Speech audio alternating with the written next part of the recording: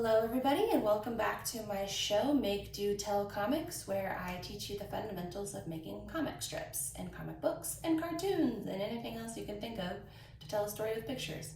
My name is Samantha. I'm a youth librarian at the Kansas City Public Library.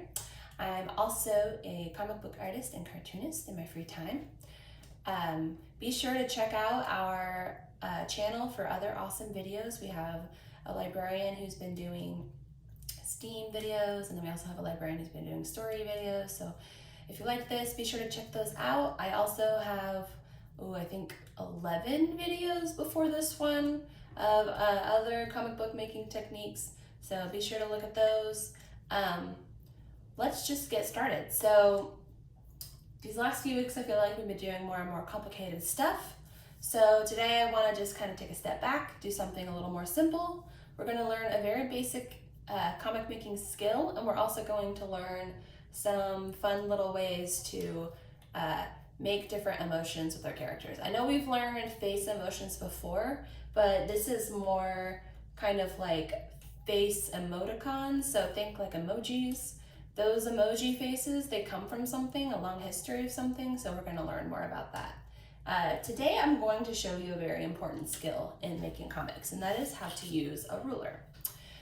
If you do not have a ruler at home, don't worry, you don't need a ruler to make this project.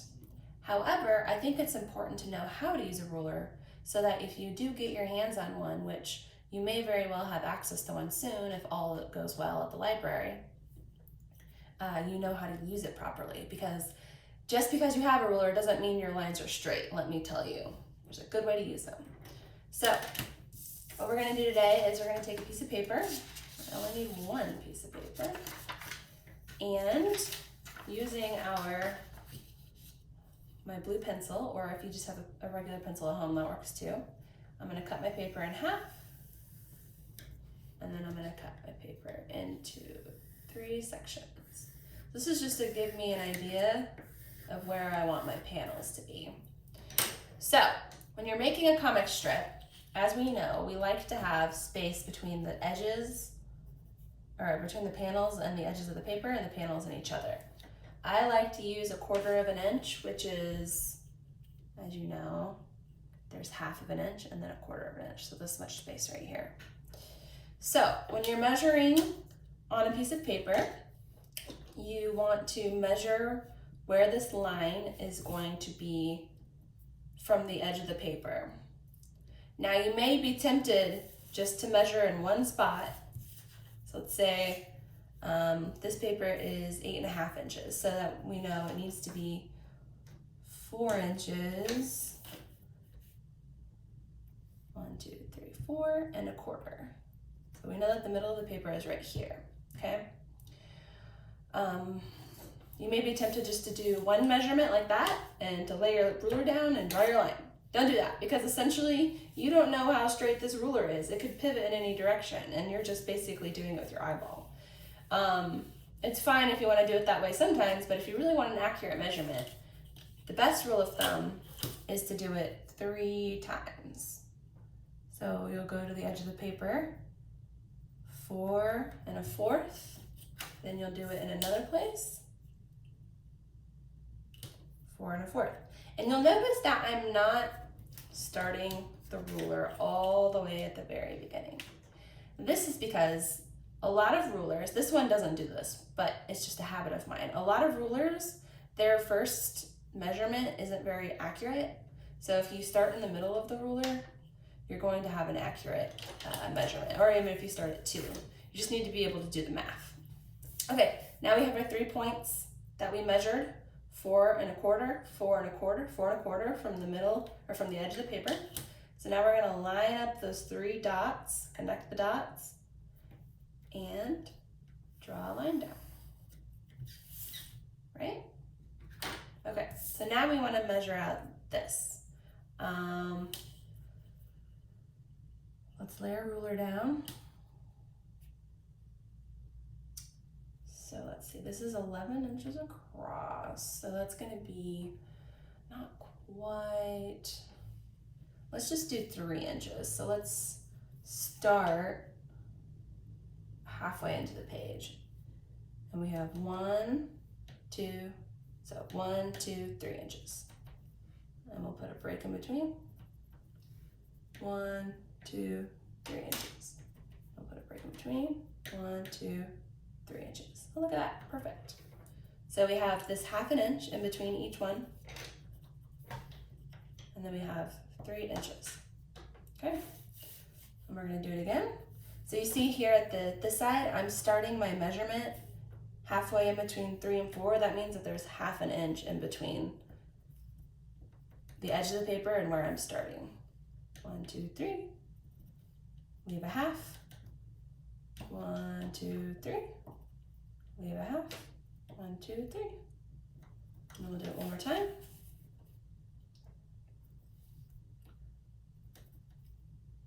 1, 2, 3.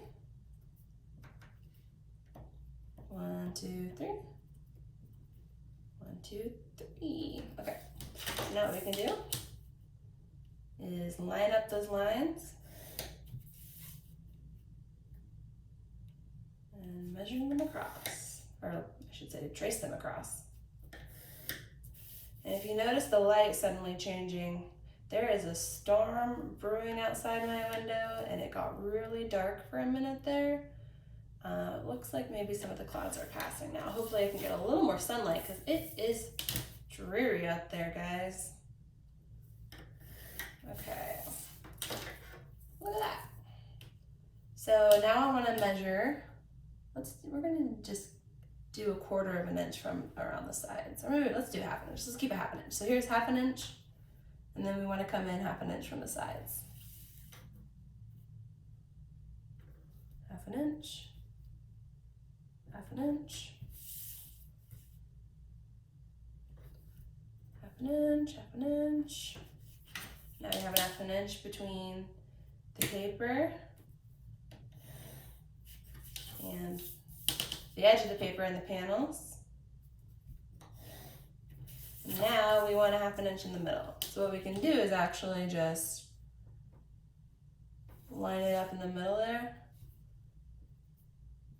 and draw the 1/2 inch around it. You could do it from the edge of the paper, but this is just kind of easier since we already made the line.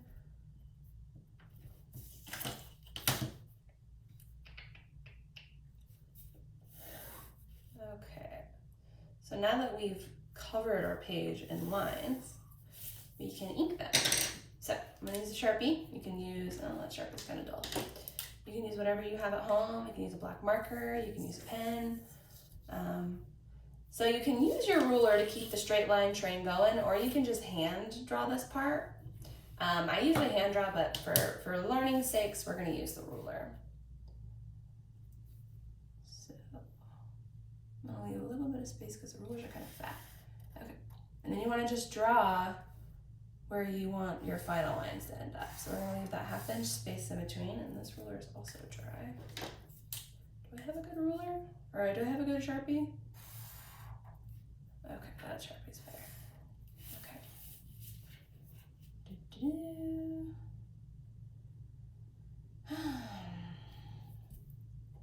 Now we're gonna draw across.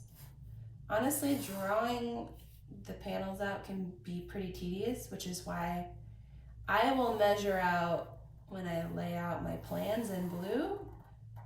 But once I have the outline of the perfect squares, I just do it by hand. I don't use the ruler on the final lines because it just takes so long. It's such a time-consuming thing. So you see this takes forever. And then we'll do the bottom line. And the reason I'm leaving a little bit of space in between the line and the ruler is because the Sharpie is a really fat tip. And so, whoops, I went a little too far over that. See that? That's okay. It has a really fat tip, and so if you do it right on the line, it'll actually not be in the right place. Okay. So now we're gonna connect all of these.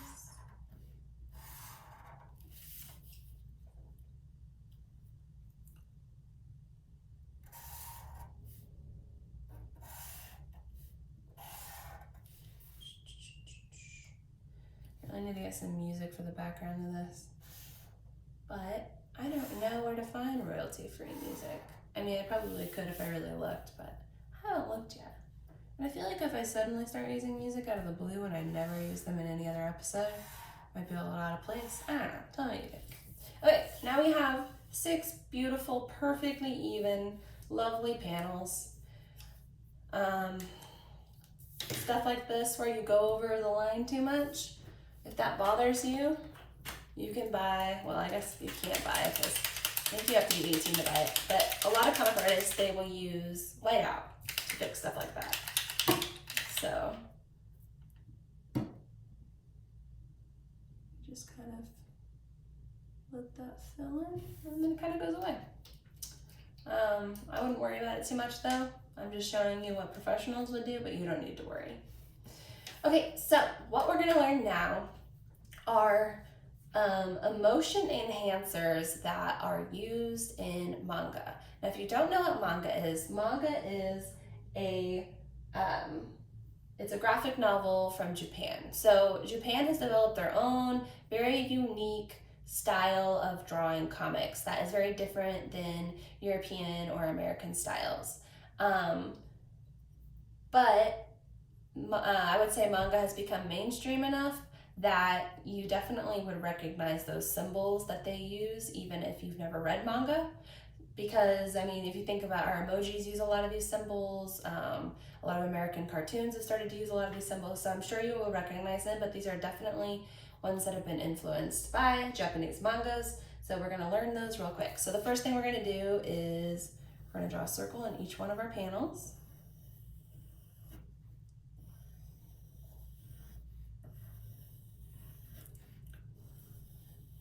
This is gonna be a head in each one. And then we're gonna do this, which is gonna help us keep track of where the eyes are.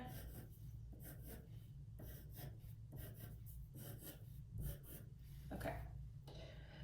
So the first one we're gonna do is, I call it the little sweat drop. And it's basically when a character is like nervous or scared.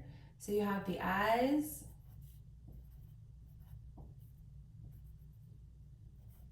Maybe a mouth that's not smiling. And then you have like a teardrop right here. And this is just to indicate a drop of sweat on their brow to really emphasize that they're sweating or breaking a sweat.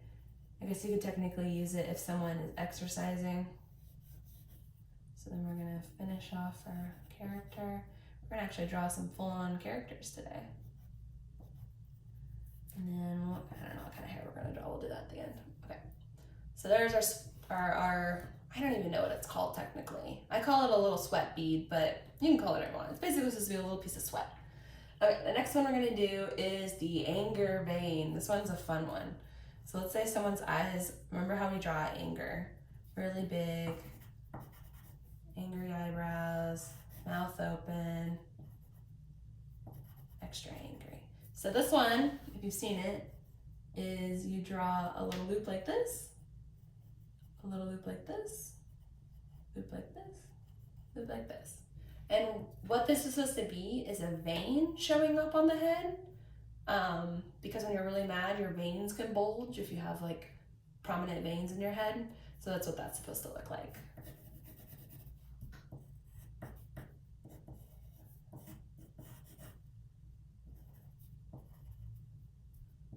And remember, you can also use the other ways we learned how to make someone look angry. Okay, the next one is super excited, amazing eyes, or star eyes, however you want to call it. But basically, instead of eyes, there are stars. And I know you've seen all of these on emojis. So you're probably like, ah, that's the one emoji, the star eye emoji. Yep.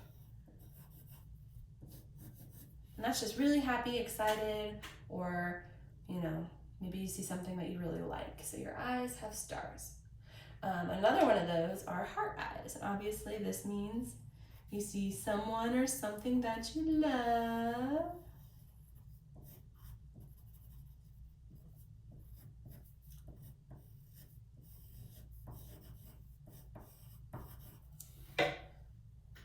And then another one. This one is an interesting one, and I always called it the mushroom mouth. I don't really know what it's actually called, but it's kind of like a sigh of relief. And it's like, has a little stalk like this, and then a little mushroom head. It looks like a mushroom, but I think it's supposed to be like breath leaving the mouth, like a sigh of relief.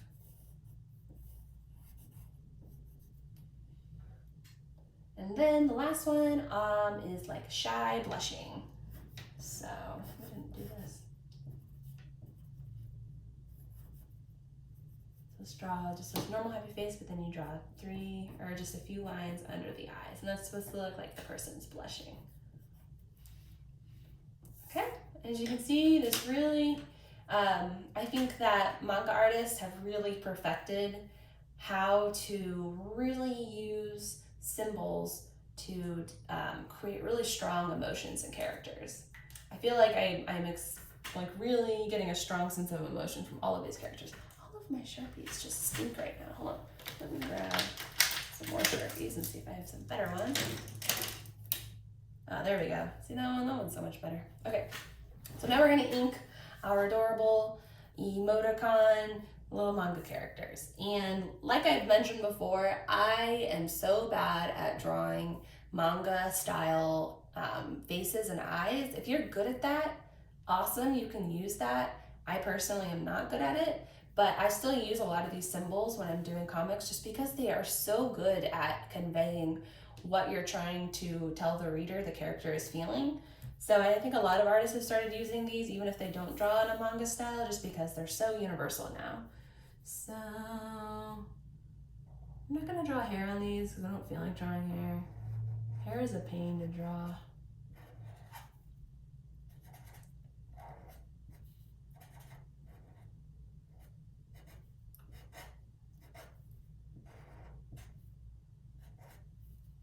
And we got our teardrop. So this is nervous or scared. And it's almost like you don't even have to draw the emotion that strong because the teardrop works better almost than anything else you could draw.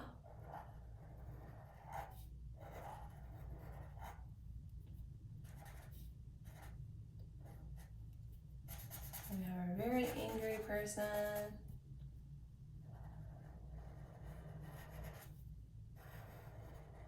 Opening their mouth so wide it takes up their face.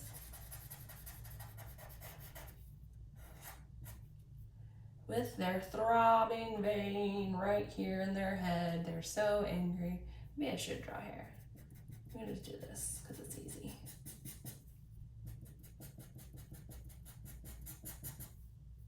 Kind of messed it up, didn't it? Oh. Okay. Now we're gonna draw heart eyes, and you can just draw, you learn how to draw, star eyes. You learn how to draw a star like this, right? Now what you can do is just trace the outside of it.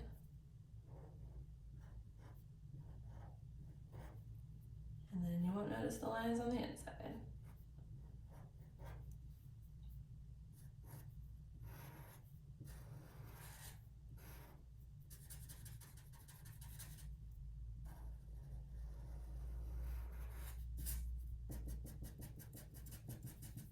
And this is angry, obviously.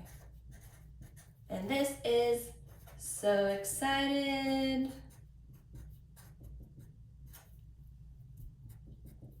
Or if they see something amazing on the same theme, heart eyes. I guess you can draw eyebrows with this.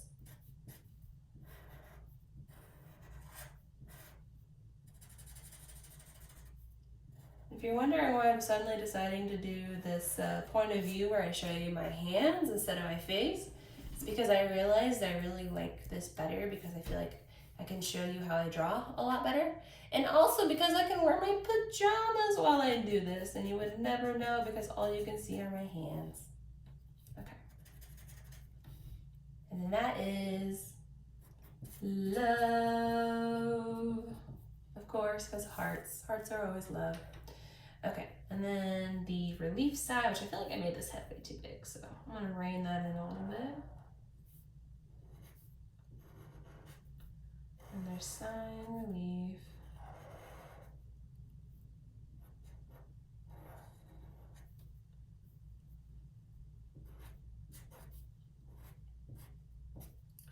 Like, whew, I almost turned in the wrong assignment on my online class. I bet a lot of you who are doing online classes, you may have not have felt this fear yet, but I did online classes, and there's nothing worse than uploading the wrong file for the homework you're supposed to submit, especially when that file is something that's totally not school related, like a silly story.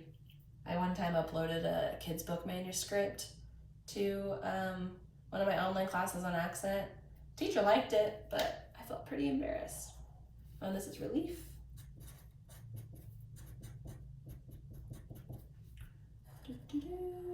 And then blushing.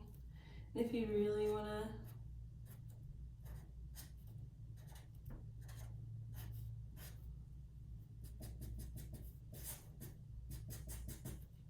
And then we got her. Make it look like they're blushing. Blushing. You can also do this if they're frowning. They might be embarrassed. I don't know how to spell embarrassed. I can't fit it. Okay, so there you go. There you have it. There are 6 manga-inspired, I don't know what the technical term is. I'm going to call them emoticons because they are essentially helping you emote and emotion. I think they're really great if you're really trying to tell the reader what kind of emotions they need to feel as they're reading the story. There's a whole lot more of these, and you can look them up if you want to. These are the main ones I feel like that I see the most, especially this one and this one I feel like are the most famous ones, but there are lots of different ones. It's almost like its own own symbols. Like they've just completely developed their own system of showing emotions, and it's been so adopted and it's become so mainstream. It's just great. Because when we all agree that this means nervous or scared, an artist can just use it and then everyone knows. Like we all agree to these symbols ahead of time, and then you can use them to tell a story. It's awesome. It's basically everything. So I've been getting a lot of my ideas and lessons and things from this awesome book called Make a Comic, Draw a Comic. I have my own copy. The library probably has copies, and now that you are able to put books on hold and actually pick them up from the library, I highly recommend getting this book if you really want a step-by-step visual guide to making comics. Mine haven't been as you do this, then you do this. This starts with like the most basic and then essentially brings you all the way through to making your own full comic book. And it tells it like a story, which is really cute. But mine have been more, well, today we're going to learn about this, and today we're going to learn about this. So if you really want to get serious and you really want to learn the step-by-steps of making comics, I highly recommend this book. Again, you can go to the Kansas City Public Library's website and you can put this book on hold, the actual physical book. I don't know if we have an e-copy of the book. I don't think we do. I think I've looked before and we didn't have one. But we can always get some if we really need it. Or if you want to check this book out, just go to our website and you can actually get the physical copy by putting a hold on it and then going to the library and picking it up. Because that's the only thing our library is open for right now, is picking up books. So with that in mind, ooh, the wind just got crazy out there. Thank you so much for tuning in. I hope you learned something fun and exciting about making comics. Be sure to check back every Wednesday at 1 p.m. for more classes. I feel like we are getting to a point where I'm running out of things I can teach you, and it might just be that you need to take all of these skills you've learned and really just practice. So maybe in the future we'll be doing more just practicing the things we've already learned. I don't know yet, but be sure to stay tuned in. These classes will keep happening, so I'll see you next week. Thanks so much for listening or watching, and remember to subscribe to our channel and to check out all the cool videos that Kansas City Public has been making. And remember that you can like and follow the Kansas City Public Library on Facebook, Instagram, and Twitter. We have the same handle at KC Library. And you can also, if you or a grown-up can post the art that you make to our social media, and then we'll be able to see it and share it with the world. So thanks again for watching, and I will see you next week. Bye-bye.